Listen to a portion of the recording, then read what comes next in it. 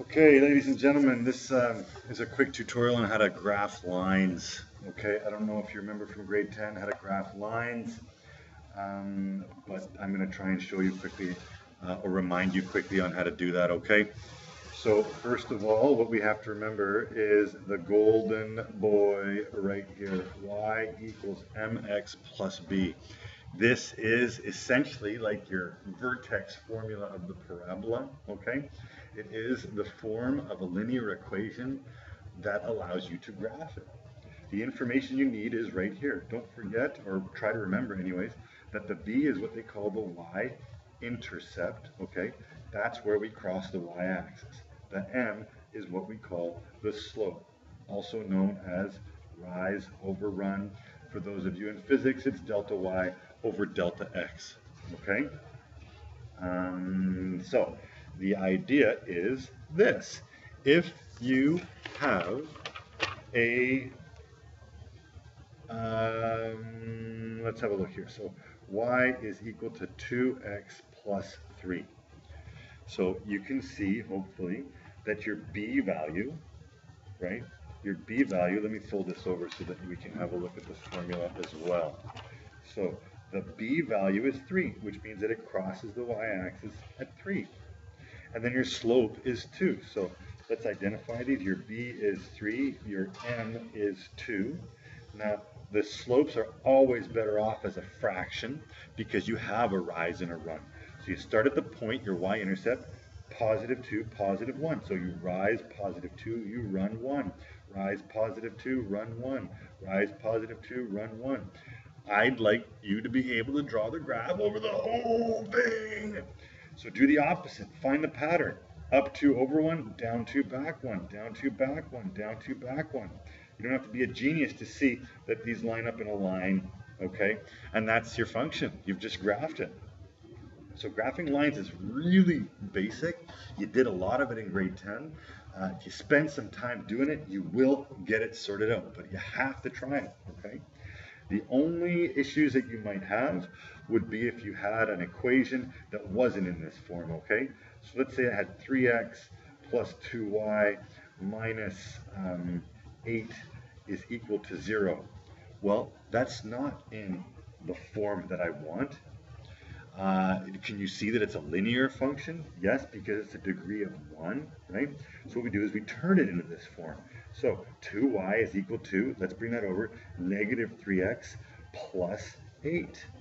Okay, well, last step, divide everything by 2. 3 halves x plus 4. Now you have it in that form, okay? Now let's see if we can graph it. So we identify the b as being 4. You identify your m as being negative 3 over 2. Now notice I put the negative on the top. And also notice, please, that you leave it as a fraction, okay? It makes it way easier to graph. So now, you start at your y-intercept. Up, 1, 2, 3, 4. Boom, there you go. Now your slope is negative 3 over 2. Rise, negative 3. A negative rise means you go down. So down, 1, 2, 3, and run of positive 2. Boom, there we go. Down 3 again and run 2. Down 3 again and run 2. Down 3, run 2. Follow the pattern backwards, and you've got your line. Okay, it is as simple as that, folks. If you have any issues with this, you gotta come talk to me. They're relatively basic to do. I would, how about I give you another one right now? Let's just give it a shot. Let's say I have negative 7x plus 3y minus 9 equals 0.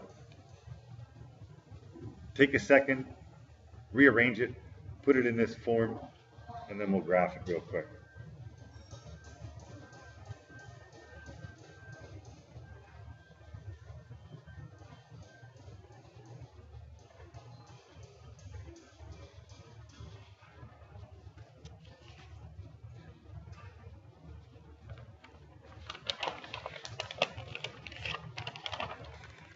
So hopefully you came up with something like this. Identify your b, which is your y-intercept, as 3.